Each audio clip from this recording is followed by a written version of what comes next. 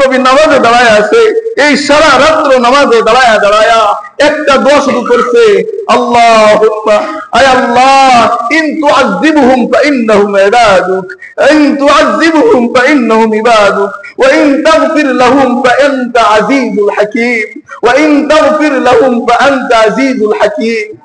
এই একটা দোয়া করতে করতে সারা রাত নবী নামাজে দাঁড়ায়া কাটায়া দিছে। আল্লাহ নবী বলছে, ইন তুআযিবহুম ফাইন্নাহুম ইবাদুক, আয় আল্লাহ, আয় মালিক, তুমি যদি আমার উম্মতদের আযাব দাও, আমার উম্মতদেরকে যদি তুমি জাহান্নামে দাও, তাহলে তো তারা তোমারই বান্দা, তুমি তো বানাইছো, তুমি তো আদর করে বানাইছো। ওয়া ইন তাগফির লাহুম, আর যদি তুমি তাদেরকে মাফ করে দাও, ফাআনতা আজিজুল হাকীম, তাহলে তোমাকে বাধা দেওয়ার মতো তো কেউ নাই। তুমি তো বড়, তুমি তো সর্বময় ক্ষমতার মালিক, তুমি তো উত্তম বিচারক। আয় আল্লাহ, তাদেরকে আযাব দিলে তোমারই গোলাম, তাদেরকে ক্ষমা করে দিলে তোমারই তো বান্দা, তুমি ক্ষমা করে দিলে বাধা দেওয়ার মতো তো কেউ নাই।